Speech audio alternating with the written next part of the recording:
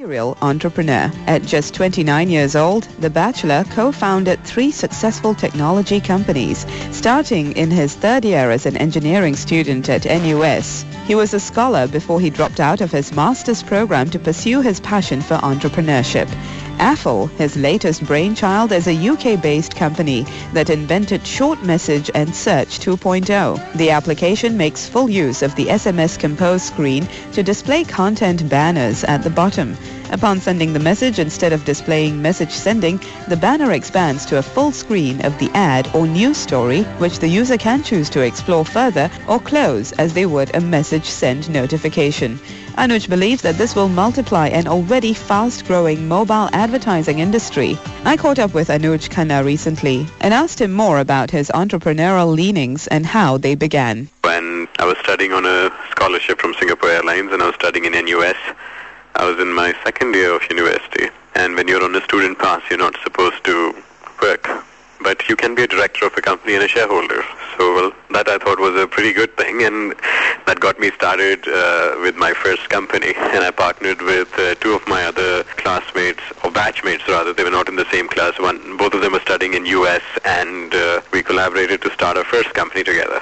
That was in year 99, I think, 99, 2000, and we were doing knowledge management solutions, and we won about 50 enterprise customers in a very short span of time. So we learned how to make money pretty early in the career and building a technology product that has commercial demand. What was going on was that I was seeing opportunities and was daring enough to just go and build them into products and, be able to commercialize them and start learning the tricks of, building a business from a very early stage in the career. So I have now decided to, focus on the opportunity of mobile media, and we have something very significant building up within Affle.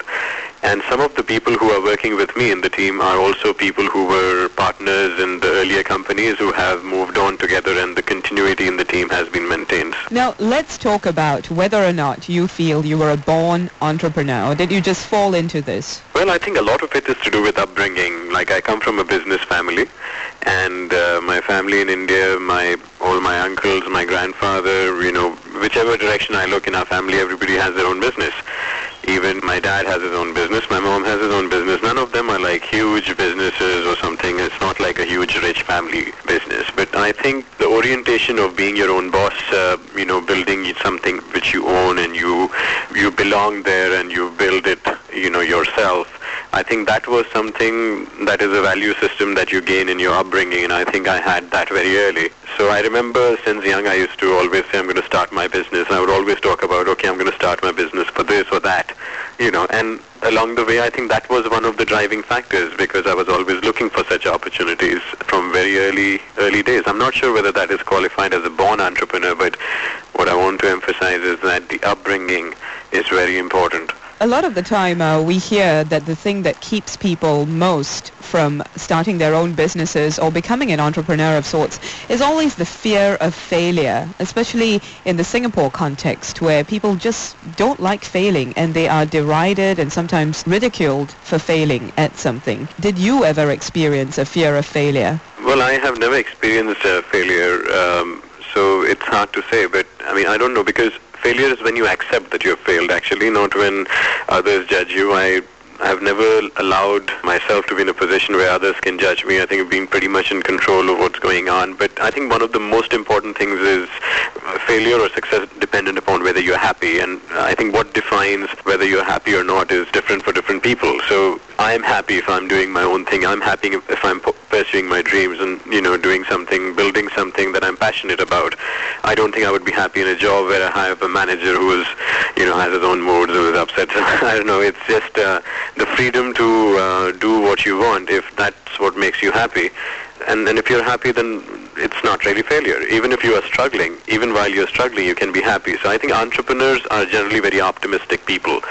Entrepreneurs are people who have dreams, who have passions, and are daring enough to go after them. Fear of failure is not something an entrepreneur would be too worried about. Now, if people are generally worried about that, then it's because, well, I think different people have different needs, and some people would be afraid about the risks and the failure, and they would then just focus on a job and build a certain bank balance. But, the unfortunate thing about that is once you build your bank balances and you have a family and everything, your appetite to take risks reduces over time. I'm quite happy that I started early, therefore, because I had nothing to lose. I mean, I was 20, 21, I was still finishing my studies. I mean, what could I have lost? There was not a job to give up, right, at that time. So I think that's a good time to start and a good time to fail, if you like. You said earlier that you have never failed, so you wouldn't know what it would be like to fail.